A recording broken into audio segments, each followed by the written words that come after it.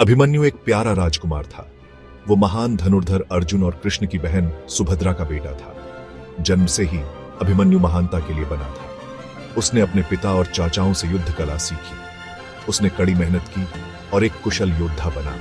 अभिमन्यु में बहुत ताकत और साहस था। वह अपनी बुद्धिमत्ता और रणनीतिक दिमाग के लिए भी जाना जाता था।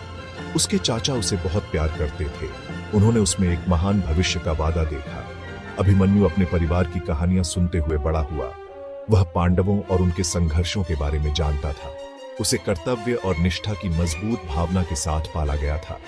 वह जो सही था उसके लिए लड़ने को तैयार था। चक्रव्यूह एक भयानक युद्ध रचना थी। यह योद्धाओं की एक घूमती हुई पहिए जैसी रचना थी। यह रचना दुश्मन को फंसाने और भ्रमित करने के लिए बनाई गई थी। बहुत कम योद्धा इसे तोड़ना जानते थे। अभिमन्यु ने अपने पिता से चक्रव्यूह के बारे में सीखा था।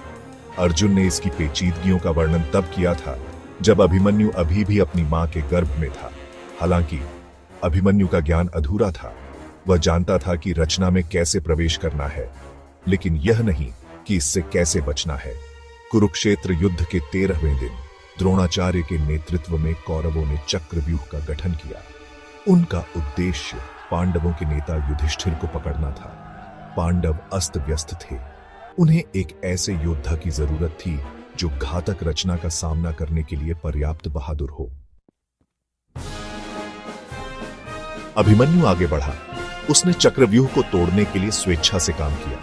वह जोखिम जानता था, लेकिन वह अपने परिवार की रक्षा करने और उनके सम्मान को बनाए रखने के लिए दृढ़ था।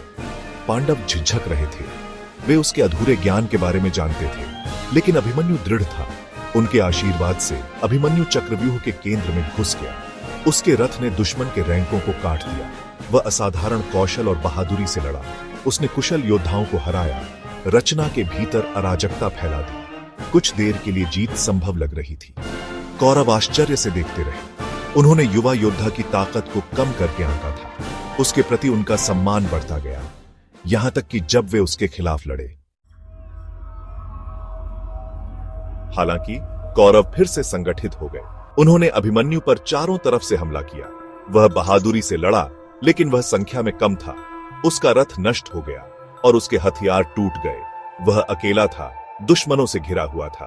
फिर भी अभिमन्यु ने झुकने से इनकार कर दिया। वह एक टूटे हुए रथ के पहिए से लड़ा। एक शेर के साहस से अपना बचाव किया। वह अपनी आखिरी सांस तक लड़ा। उसकी आत्मा अटूट थी।